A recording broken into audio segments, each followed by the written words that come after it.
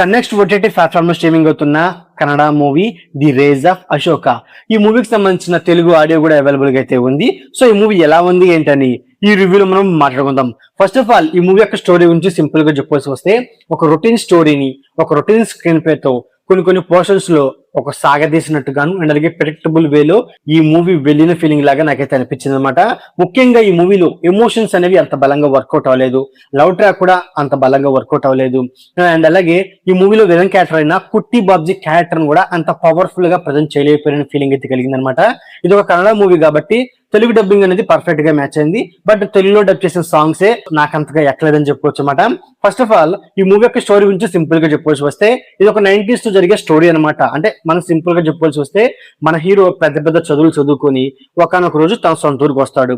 సొంత ఊరికి వచ్చిన తర్వాత తమ జాతి వాళ్ళు ఫేస్ చేస్తున్న ప్రాబ్లమ్స్ చూసిన మన హీరో తమ జాతి వాళ్ళ కోసం అక్కడ పెద్ద మనిషి అయిన కుట్టి బాబ్జీని ఎదిరిస్తాడు. ఆ తర్వాత ఏమైంది అనేది రిమైనింగ్ స్టోరీ అనమాట.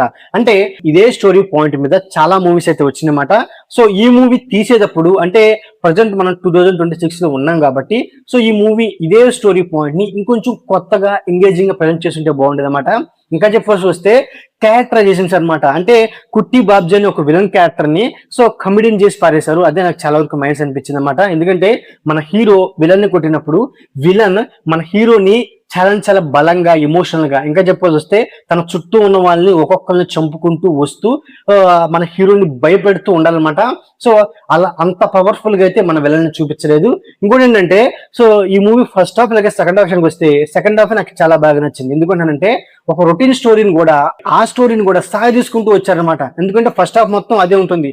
మన హీరో తన సొంత ఊరికి తిరిగి రావడం, అక్కడ తమ జాతి వాళ్ళు ఫేస్ చేసే ప్రాబ్లమ్స్, విలన్ క్యారెక్టర్ ఇంట్రడక్షన్ చేయడం, లవ్ ట్రాక్. సో ఈ పాయింట్లతోనే ఫస్ట్ హాఫ్ అనేది సాగిసుకుంటూ వెళ్ళిపోతారు. సో ఫస్ట్ హాఫ్ అనేది పరమ బోరింగ్ గా తీసిన ఫీలింగ్ లా నాకైతే అనిపించింది. ఇక సెకండ్ హాఫ్ లో మన హీరోని విలన్ ఎదిరించడం అండ్ అలాగే సో తమ జాతి వాళ్ళని వాళ్ళలో మార్పు వచ్చేలాగా తను స్పీచ్ ఇవ్వడం, సో ఇలాంటి సీన్స్ అనేవి కొంతవరకు వర్కౌట్ అయ్యని చెప్పుకోవచ్చు అనమాట. బట్ మెయిన్ ఏంటంటే క్లైమాక్స్ పోర్షన్ కూడా ఇంకొంచెం బెటర్ గా ఎగ్జిక్యూట్ చేస్తుంటే బాగుండేది అనమాట. క్లైమాక్స్ పోర్షన్ లో కూడా సింపుల్ గా మన హీరో చేతిలో విలన్ సింపుల్ గా ఓడిపోతాడు అండ్ అలాగే మన హీరో గెలుస్తాడు. సో ఇలాంటి సింపుల్ పాయింట్ కాకుండా ఒక బలమైన సీన్స్ తో, ఒక బలమైన ఎమోషన్స్ తో, ఒక బలమైన డ్రామాతో ఈ మూవీని వెళ్ళుంటే బాగుండేది అనమాట. ఒక రొటీన్ స్టోరీ తీసుకున్నప్పటికీ ఎగ్జిక్యూషన్ అనేది ఒక కొత్తగా ఉంటే మూవీ అనేది వేరే లెవెల్ ఉండేదని ఫీలింగ్ అయితే కలిగింది అనమాట. ఇక ఈ మూవీలో పర్ఫార్మెన్స్ విషయానికి వస్తే, మెయిన్ గా అంటే నాకైతే ఏ యాక్టర్ పర్ఫార్మెన్స్ అనేది నా మైండ్ అయితే స్ట్రైక్ అవ్వలేదు అనమాట. ఇంకా మిగతా విషయానికి వస్తే సినిమాటోగ్రఫీ అవ్వండి, ప్రొడక్షన్ వాల్యూస్ అవ్వండి, నా పరంగా చూసుకోండి. ఇక ఈ మూవీలో మెయిన్ గా ఏంటంటే మ్యూజిక్ విషయానికి వస్తే సాంగ్స్ అనేవి నాకైతే అంతగా నచ్చలేదు. మన హీరో ఫైట్ విషయంలోను అండ్ అలాగే కొన్ని సీన్స్ లోను మన హీరోకి ఇచ్చిన బ్యాక్గ్రౌండ్ స్కోర్ అనేది కొంతవరకు వర్కౌట్ అయింది. సో ఓవరాల్ గా ఇదండి the rage of Ashoka movie review. నా రివ్యూ నచ్చేటది వీడియోకి ఒక చిన్న లైక్, అలాగే మన ఛానల్ ని సబ్స్క్రైబ్ చేసుకోండి. Okay, thank you all.